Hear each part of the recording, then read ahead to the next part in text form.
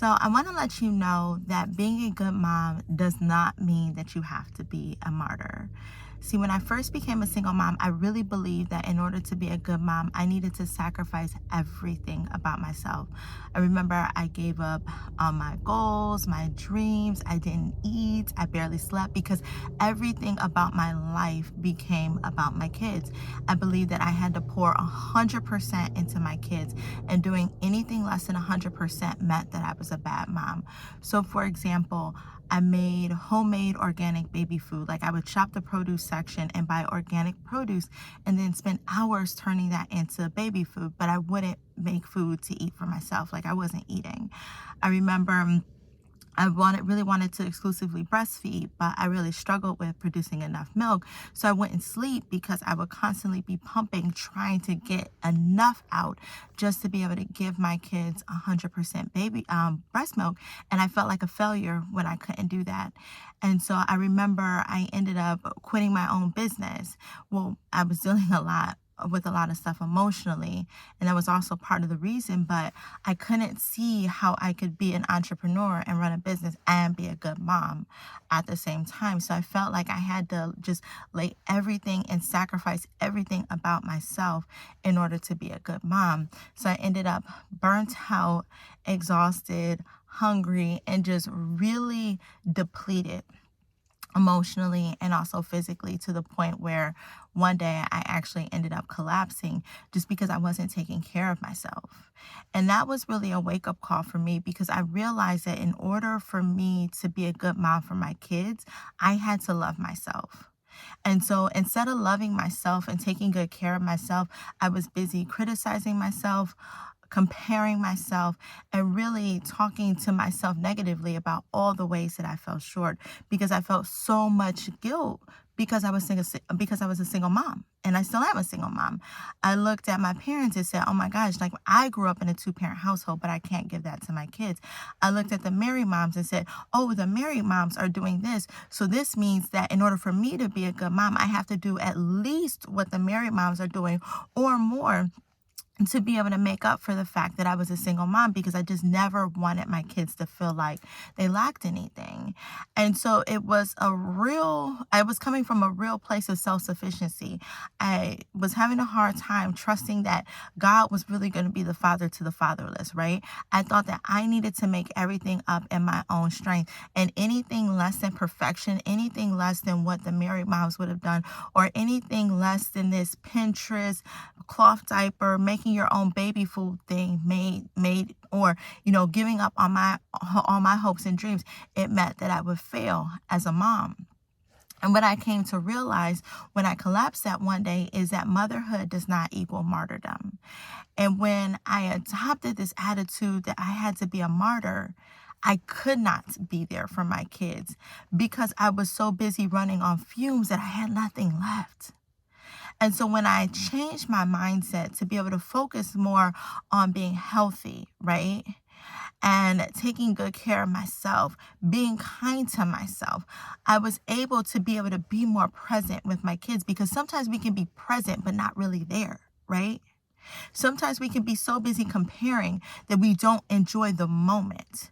Sometimes we can be so busy trying to wish things were different instead of really appreciating the things that are.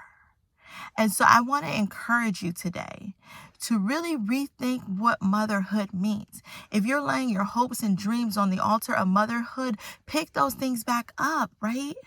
Pick them back up, because our kids need to see us winning. Our kids need to see us chasing our hopes and dreams and walking in alignment with who God has created us to be. Our kids need to see that so that they can have the hope that they can be who God created them to be. Because if they don't see us doing the things and walking in the ways of the Lord and walking in the purpose and plan that God has for us, how are they going to know that that's possible for them?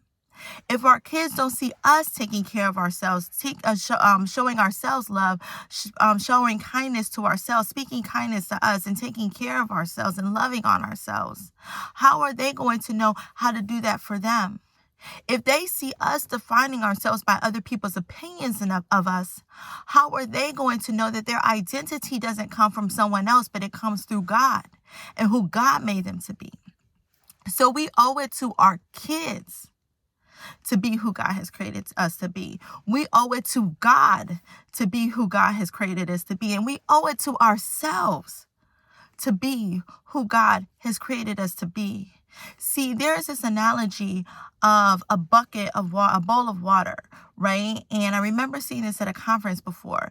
And it says you don't serve from your bowl or your cup, you serve from the overflow. Because when you pour the water out the bowl eventually becomes empty. But when you keep pouring into the bowl and allowing the bowl to fill up and allowing the overflow to fill up the bucket below it, then the bowl never runs dry. The bowl never gets depleted. The bowl never gets empty. But yet the bucket underneath fills up. And that's how we need to be with our kids. And it took me a long time to understand this, because I burned myself out, depleted myself emotionally and physically. And ultimately, it led to me ruining my finances, even though I'm the financial, educator. That's what I do. I teach personal finances. But when you get to a place of brokenness, emptiness, and overwhelm and feeling so depleted, sometimes you end up not doing the things that you know you're supposed to do. And that's the danger of running on empty. That's the danger of running on fumes. That's the danger of adopting that martyrdom mentality. It doesn't work long term. And it doesn't allow you to have the space to heal.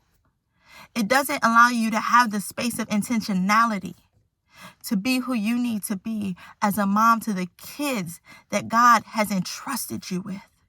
So heal. Change your mindset around motherhood. You're not a martyr. You're a child of God.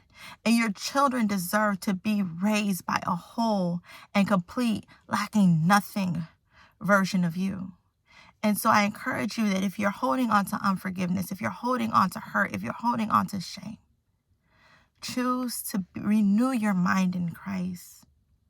Adopt a new mentality. Start doing things that allow you to feel whole. Be more intentional. Stop looking around at who social media says that you should be. Stop looking around at who other people are. And fix your eyes on Christ, the author and perfecter of your faith. Because when you know who Christ is, then you can know who you are. And then you can be a whole and complete parent, mom, right, to your children.